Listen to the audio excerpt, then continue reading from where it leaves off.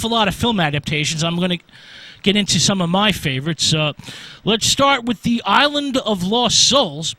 This is 1932, directed by Earl C. Kenton.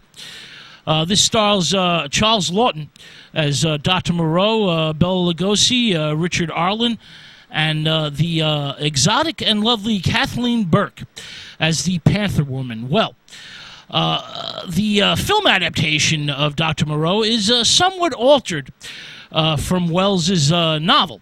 They added some Hollywood touches, like the seductive Panther Girl, the blatantly sexual, disturbingly erotic Panther Woman was an invention of the Hollywood studio boys. That's not in the novel. The film is essentially a heady combination, a very memorable film that incorporates Dr. Moreau's moody atmosphere and mixes it with sex, horror, and cruelty. There's a studio-bound jungle set that is exotic and uncanny. It's a nightmare setting that manages to be both real and artificial at the same time. There's a sense of delirium in the film, and there's a darkly erotic undertone, a perverted sense of eroticism in the movie. The Panther Woman is riveting. There's an attempt to crossbreed the Panther Woman by Dr. Moreau with the shipwrecked sailor Arlen, Richard Arlen. Moreau just wants to see the results of that crossbreeding. Lawton in this film is absolutely brilliant. It's a superb performance. He's very fiendish. He's very Mephistophelian in this film. He's a leering, whip-cracking Moreau. He's cruel. His medical and surgical techniques are very, very savage as he tries to turn animals into men.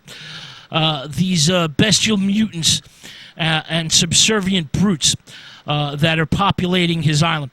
The tortures happen off-screen, but we're haunted by the knowledge of these tortures. Moreau has a sense of hypnotic control over his beast men. There's regular assemblies. They believe, the animal men believe that Moreau is God. And he keeps them in check with a series of liturgical chantings that are based on, essentially, it's a parody of Kipling's Law of the Jungle. As I mentioned, Bela Lugosi is the foreman or sayer of the law, and the Beastmen are very, very pathetic. There's first-rate horror makeup here. They look really, really good. They believe Moreau is God until they see him break one of his own commandments and commit murder. The fear of Moreau dissolves, there's a delirious final revolt as Moreau is carried away by his creations to the House of Pain, and, his creations wreak a bloody surgical vengeance. The message here is clear: do not fool with Mother Nature. All right, let's move on to The Invisible Man. This is 1933, directed by the great James Whale, who also directed Frankenstein and The Bride of Frankenstein. The film features Claude Rains, Gloria Stewart, and Henry Travers. Now, this is in fact the only film version that maintains the same feeling as the book. It's an excellent black comedy. That's what this is. It's a black comedy. It's a darkly comedic tale that features a very, very literate script. The demonic story is leavened with humor. And the humor is taken from the perplexed minor characters in the story. It's one of the best Wells adaptations, and it's a classic film in its own right. Essentially, a drug causes invisibility. And, the drug has a side effect. The side effect is megalomania. There's a series of crimes Eventually the Invisible Man is betrayed. His presence is betrayed by footsteps in the snow. Now, Claude Rains manages to be sinister yet tragic. It's a very memorable menacing. It's a great, great performance. It's a star-turning vehicle. His mellifluous voice turns Claude Rains into a star overnight. He's only seen in the final moments of the film as he slowly regains visibility as his life flows away. All right, now, it's a very, very sinister performance by Rains. Rains has one of the great maniacal laughs ever put on screen. It's a great madman's laugh. It's a very sinister performance. He has black goggles. His face is wrapped in bandages. But it's not unsympathetic. It is, in fact, a sympathetic portrayal of a scientist who overreaches and enters God's domain. And because he has overreached, and because he has entered God's domain, he must pay the price. The film features great special effects by John Fulton. They're very, very sophisticated for the time, and they were widely, widely imitated.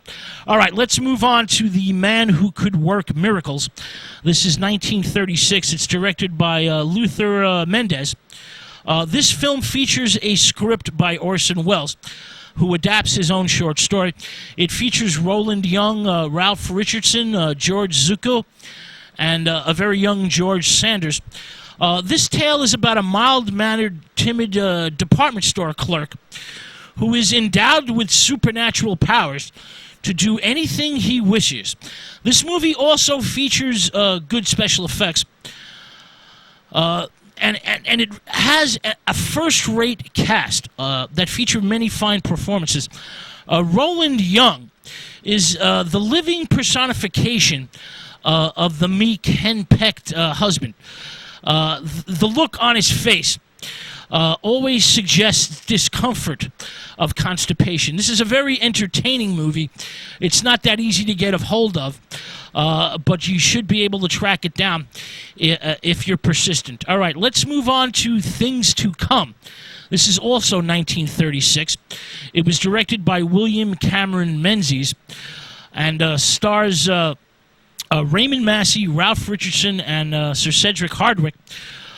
It was produced by the Corder brothers, who pumped a lot of money into the project. Wells also worked on the script for this film as well. It's the most expensive, the most ambitious science fiction film of the 1930s. It's an uneven movie, but a fundamentally inspired film. It's an important film.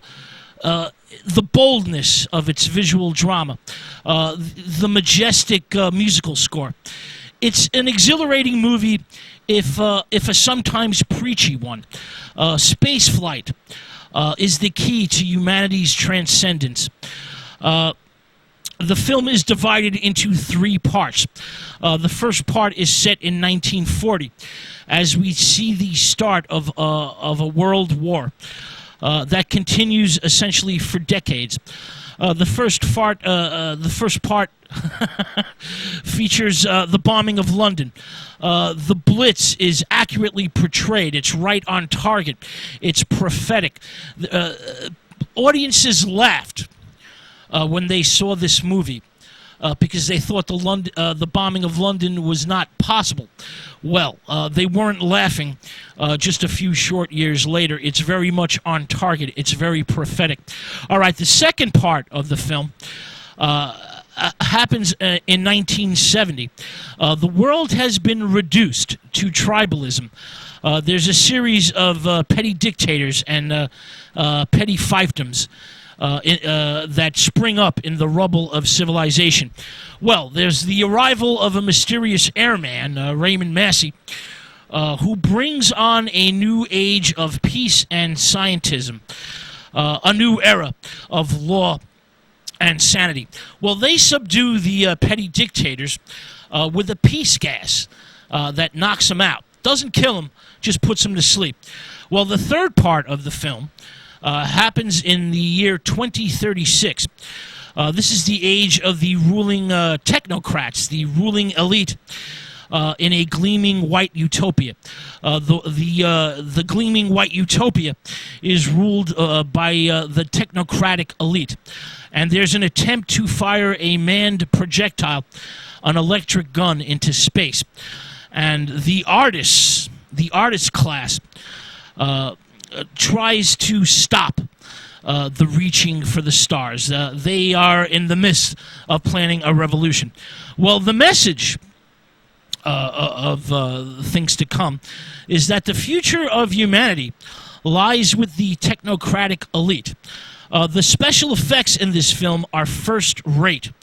Hollywood expert Ned Mann was brought over by the Corder brothers, who I mentioned pumped a lot of money into this project. And there's an extensive use of models and miniatures. And this is, in fact, a first-rate production. This is the most important science fiction film of the 1930s.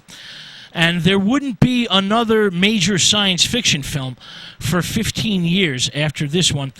This is a really, really good movie, even though it's uneven in spots. I highly recommend you see Things to Come. It is a really, really interesting film. All right, let's move on to War of the